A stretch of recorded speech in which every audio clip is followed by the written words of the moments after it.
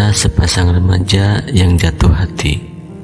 Bukan pula kisah seseorang yang memendam perasaan dan kisah penuh bahagia. Tetapi ini kisah penantian perjuangan seorang anak yang yakin menepati janjinya demi ibu. Ibu yang sedang berjuang untuk kembali berkumpul bersama orang-orang yang ia cintai, dan bersamanya lagi walaupun lantunan doa sayup-sayup diselingi isak tangis.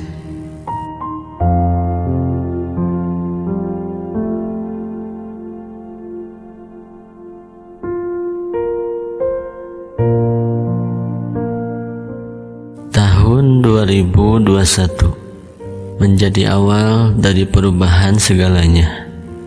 Semua berawal dari aku bernama Emily, sedang berjuang mengejar revisi skripsi untuk wisuda. Waktu itu revisiku hampir rampung, namun permasalahannya aku belum kunjung mendapatkan SCC karena waktu pendaftaran wisuda tinggal beberapa minggu lagi. Aku selalu menyembunyikan perasaan cemas dan khawatirku. Namun, ibuku merasakan apa yang ia rasa.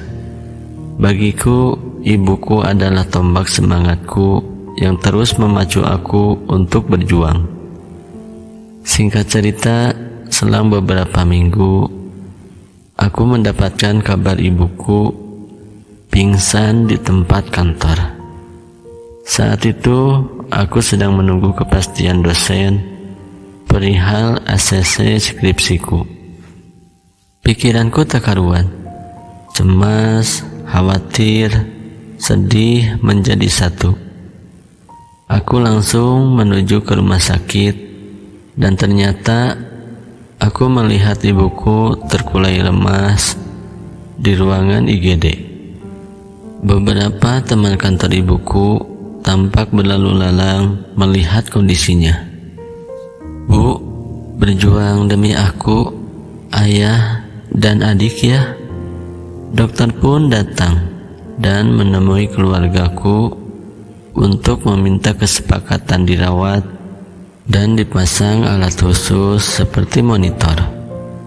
Perasaanku hancur, cemas, karena ibu tak kunjung sadar.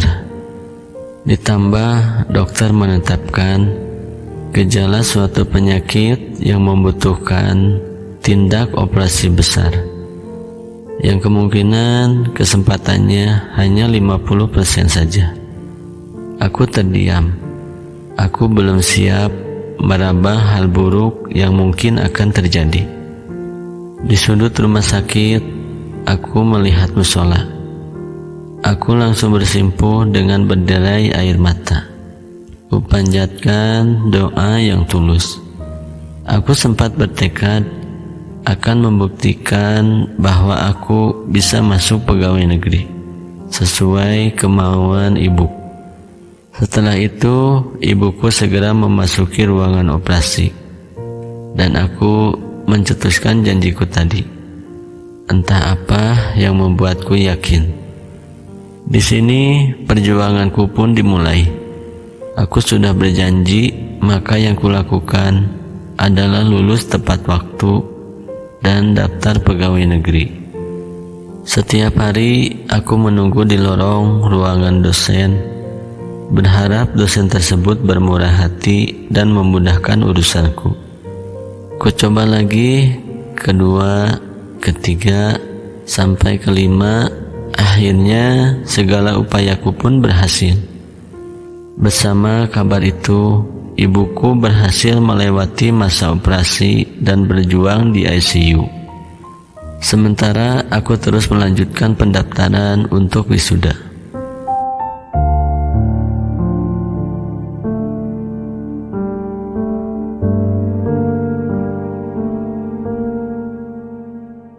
Singkat cerita, ibuku berhasil melewati masa kritis.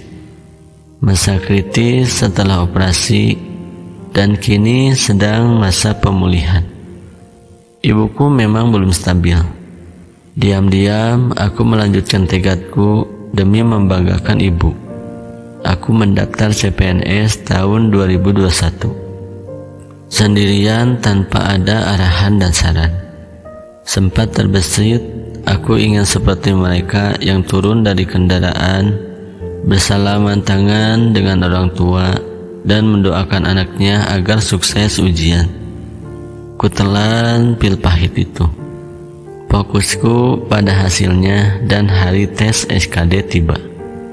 Berkat tekad, kemauan, dan kuatnya janjiku pada ibu, bermodalkan bismillah, aku mengisi tes CAT sesuai dengan hasil jerih payahku sendiri.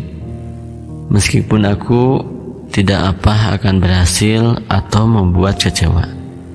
Hasilnya sungguh mengagetkanku. Aku berhasil menduduki peringkat pertama. Namun perjuanganku belum selesai. Aku harus mengikuti seleksi untuk SKB yang hanya dipilih satu orang.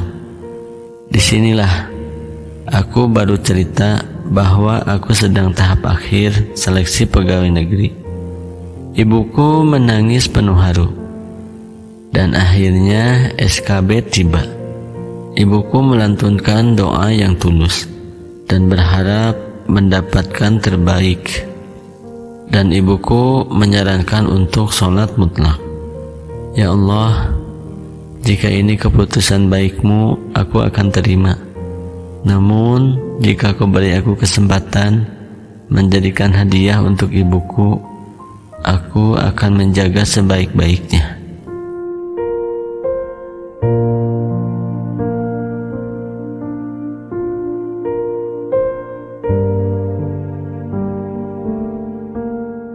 Setelah tes, aku sedih melihat skorku mungkin jauh dari ekspektasiku. Tetapi ketika aku melihat live score, ternyata skorku tertinggi dan membuat aku dinyatakan lolos seleksi. Kini aku sudah membayar janji itu dan menikmati pekerjaanku sampai saat ini. Perjuanganku tak mudah. Silih berganti, badai menerpa.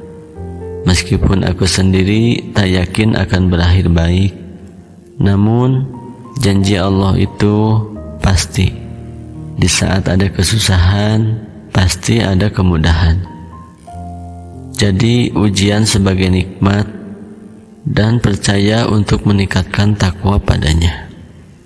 Derai air mata dalam untayan doa kupanjatkan selalu agar aku bisa menepati janjiku. Sengaja aku bagikan kisahku agar menjadi inspirasi bagi kalian yang mempunyai cerita yang sama dan berjuang membahagiakan orang yang tersayang.